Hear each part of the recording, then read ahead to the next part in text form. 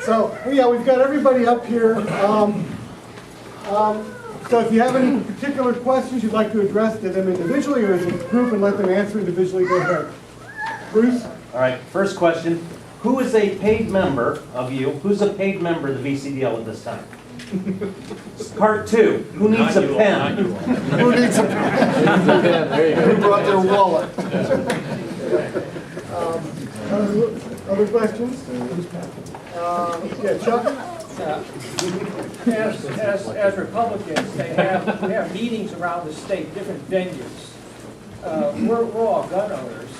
Most of us are in this room. But some of the venues where Republicans have their meetings, they don't allow guns to be present.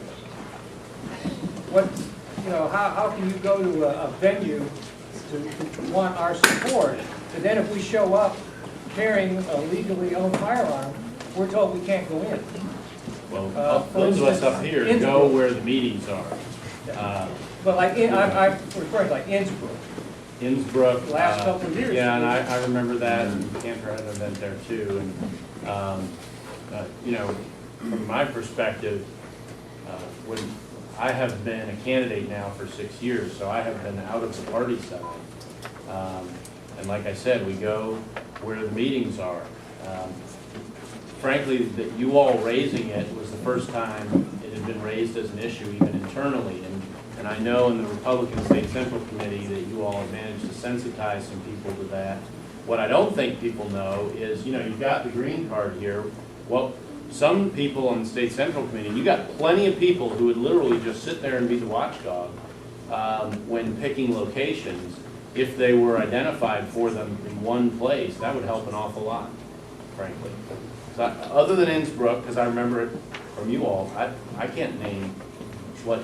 Well, the state convention, and we had an issue at the state convention. As a matter of fact, there was a handful of concealed carry permit holders that were delegates to the convention that were asked to leave.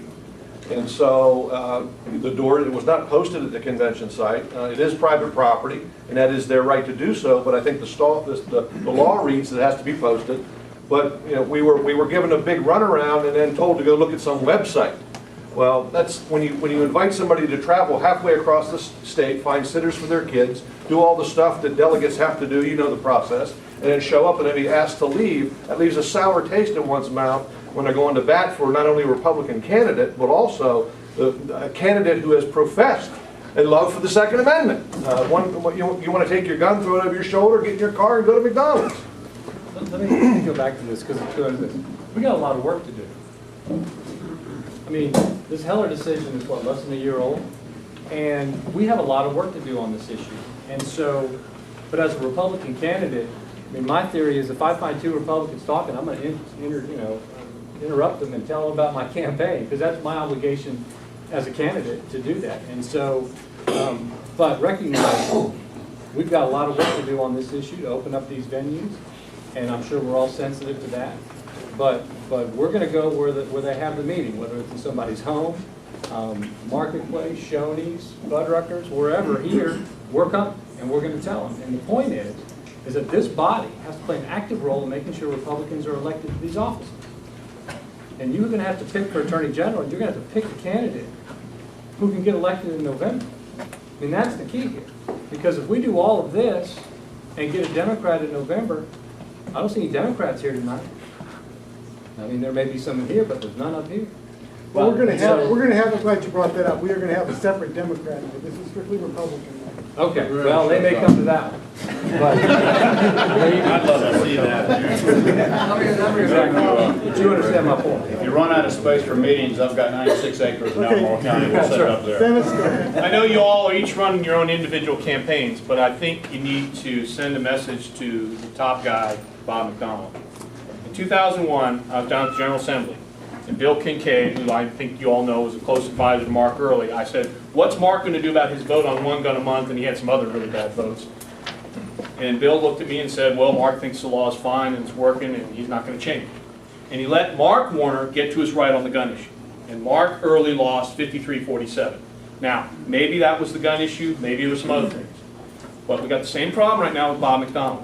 And I can tell you this, Terry McAuliffe is not going to be running anti-gun in Virginia, and Creed Deeds is not gonna be running it. And yeah, he's got a problem there, but he's trying to clean his skirts. He's not gonna be running like Mary Sue Terry and Don Byer. So I would ask you, I don't expect any answer here tonight, but I'd ask you to consider, you gotta run with him. And I suggest you talk to him and his people around him and say, you got to look at this again. You got to meet with these VCDL people. You got to come to terms with him because he has problems in his record. I will say one thing about Terry McAuliffe. He worked for Bill Clinton. Bill Clinton signed the Brady bill.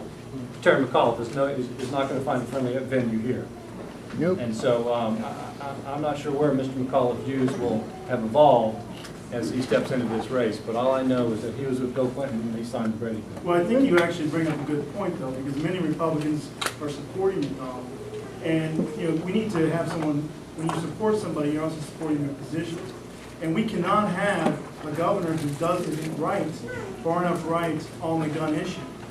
And I would, you know, I would encourage everyone here who has endorsed McConnell to talk to him, bring him back over. Well, I'll say this much, you know, despite the differences that some of us have with A.G. McDonald and some of his opinion, he's the nominee of our party. Whoever wins these nomination contests is going to run with him. And I think it's in everyone's best interest from our standpoint, to do what we can to boost him. We rise or fall with the top of the ticket.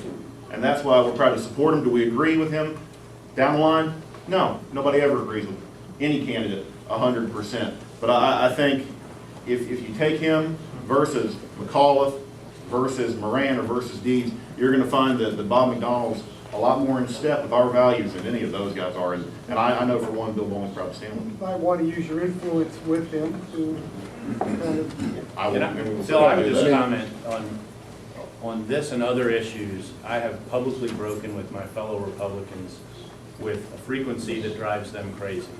So, you know, and it's part of why I've gotten no commission appointments, gotten one, and it's part of why they try to cut off my fundraising and things like that, is because I take them on taxes, because I hold the mirror up to them on Second Amendment issues and property rights and all these things.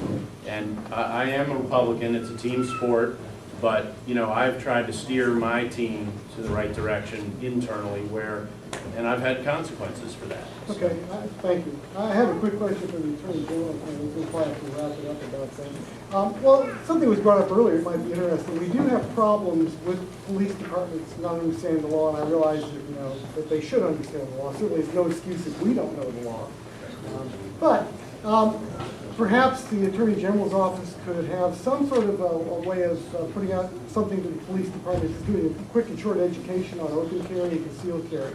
So that their officers, I know in Fairfax we had a problem with this. A few years ago, some college students got arrested unlawfully for carrying, and we got involved 24 hours later. We had everything cleared up a whole bit, and we avoided a lawsuit from the police and got the rights restored. But they did an education thing to their officers, and I mean, things quieted down real quick. And it's just something that I would like to see if the Attorney General's office would be interested in doing such a thing. Sending a letter out and working with the localities to avoid these kind of conflicts. I will tell you that I'm going to do that. You have to remember, I stand here as a former United States Attorney. I already have the endorsement of over 75 elected members of law enforcement and sheriff and commonwealth attorneys throughout this state. Law enforcement supports my candidacy because they know me, because I've been in the trenches with them doing their cases. I'll give you a perfect example. When I first became U.S. Attorney, I found out that they didn't have access to the information on illegal immigration. They would arrest some guy on a DUI or robbery. They would suspect him of being here illegally, and they wouldn't know what to do. So I actually had a card developed, laminated with a chain, and it gave them the protocols on what to do, who to call, how to process that defendant. We made 10,000, put one in every patrol car in Virginia, at least distribute them so it could be.